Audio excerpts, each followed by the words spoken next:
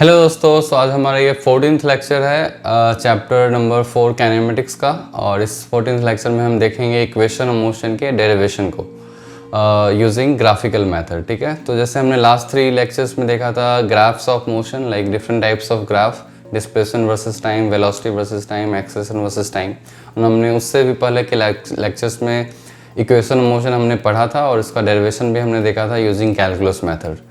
तो आज हम बात करेंगे यूजिंग ग्राफिकल मेथड। नाउ अब आप ग्राफ पढ़ चुके हो तो आपको इसको डिराइव करने में थोड़ा आसानी होगी। तो चलिए आज का लेक्चर हम स्टार्ट करते हैं।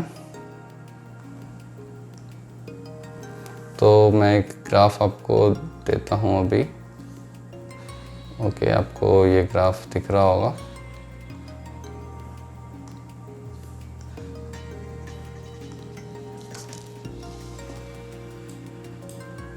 ओके,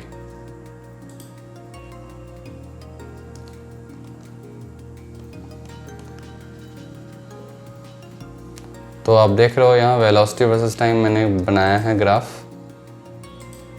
और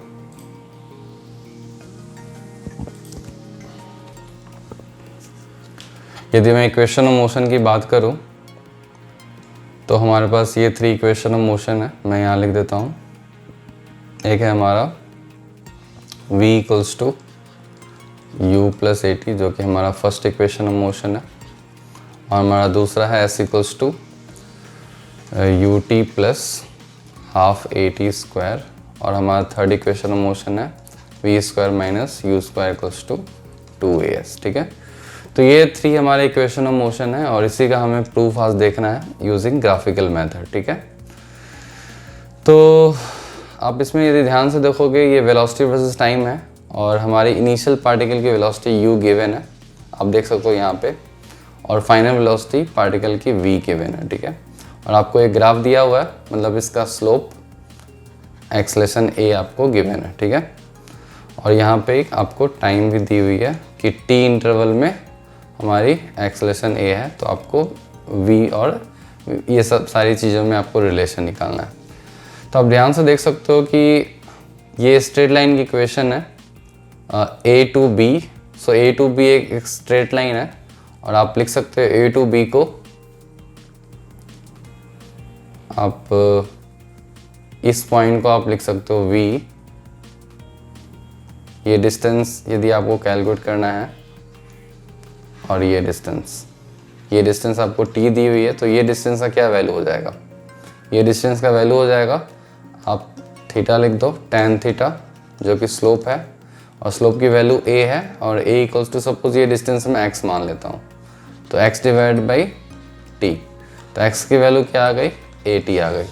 दैट मीन्स ये जो डिस्टेंस है हमारा at है, तो हमारी v की वैल्यू क्या होगी? हमारी v की वैल्यू हो जाएगी, तो यहाँ से आपने फर्स्ट इक्वेशन को डिराइव कर लिया कि v इक्वल्स टू जो हमारा इनिशियल डिस्टेंस है u and u plus a T. तो अब इसको जोड़ दो u प्लस ए टी। आप देख सकते हो कितना सिंपल डेरिवेशन है ग्राफिकल मेथड से। ठीक है, तो ये तो हमारा ग्राफिकल मेथड से फर्स्ट इक्वेशन का डेरिवेशन हुआ। तो चलिए सेकंड मेथड की बात करते हैं। सेकंड इक्वेशन है हमारा s equals to u t plus half t square. ये मैंने बताया था कि वेलोसिटी वर्सेस टाइम में एरिया अंडर द ग्राफ आपको देता है डिस्प्लेसमेंट। तो आप देख सकते हो इसका एरिया आप यदि आप कैलकुलेट कर लोगे तो वो आपका ये इक्वेशन दे देगा। ठीक है, तो एरिया को कैसे आप कैलकुलेट करोगे? ये 2 एरिया से मिलके बना है, एरिया 1 और एरिया 2। एरिया 1 हमारा रेक्टेंगल है और एरिया 2 हमारा ट्रायंगल है। तो हमारा s इक्वल्स टू मैं area of 1 a1 plus a2 में लिख देता हूँ। ठीक है, अब a1 हमारा रेक्टेंगुलर एरिया है, तो रेक्टेंगल लेंथ इसकी t है और इसका विड्थ u है। सो ये हमारा फर्स्ट एरिया आ गया और प्लस और area of rectangle half into base t है और हाइट इसका at है। तो आप देख सकते हो हमारे पास इक्वेशन आ गया you t plus half a t square. काफ़ी सिंपल सा डेरिवेशन है। ठीक है, आपको समझ में आ गया? यदि एग्जाम में आपसे पूछा जाता है तो आप सिंपली इस डायग्राम को ड्रॉ करोगे और 1 बाय 1 हमने फर्स्ट पार्ट हमने कैलकुलेट किया ट्रिग्नोमेट्री की मदद से और सेकेंड पार्ट हमने कैलकुलेट किया एरिया की मदद से। फर्स्ट पार्ट हमने स्लोप और ट्रिग्नोमेट्री की मदद से कैलकुलेट किया और सेकेंड पार्ट हमने एरिया की मदद से कैलकुलेट किया। ठीक है, तो हमारा अब थर्ड देखते हैं। थर्ड आपका v square minus u square. So third को प्रूव करने के लिए सिंपल आप सेकेंड इक्वेशन में आप क्या पुट कर दो,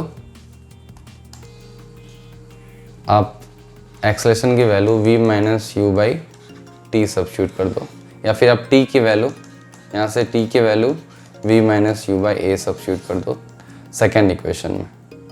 तो सेकेंड आपकी इक्वेशन है s equals to u t plus half a t square. अब यहाँ पे t की वैल्यू आप डालोगे तो u into v minus u by a plus half into a into v minus u by a whole square.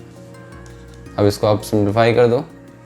जब आप इसको सिंप्लीफाई कर दोगे आप v minus u by a common ले सकते हो, तो u plus a by two into v minus u by a आ जाएगा। और इसको आप सिंप्लीफाई कर दो तो आपको आ जाएगा v square minus u square equals to 2as। ठीक है, आप इसको ट्राई कर सकते हो अपने नोटबुक पे। तो एग्जैक्टली ये v square minus u square equals to 2as हमारा इक्वेशन आ जाएगा। ठीक है, ओके। तो ये था हमारा derivation on equation of motion का डेरिवेशन यूजिंग ग्राफिकल मेथड। ठीक है, तो हमने अब ग्राफ ऑलमोस्ट कवर कर लिया है। हमने बहुत सारे प्रॉब्लम्स भी किया था वेलोसिटी वर्सेस टाइम से रिलेटेड। तो आगे के प्रॉब्लम्स हम नेक्स्ट लेक्चर में करेंगे, मतलब जब हमारा काइनेमेटिक्स पूरा ख़त्म हो जाएगा, motion in straight line chapter और मोशन इन प्लेन चैप्टर, तो फिर लास्ट में हम डिफरेंट प्रॉब्लम्स देखेंगे। साथ में साथ हम 3-4 प्रॉब्लम्स 4 प्रॉब्लम्स एवरी टॉपिक्स में मैं ले रहा हूँ।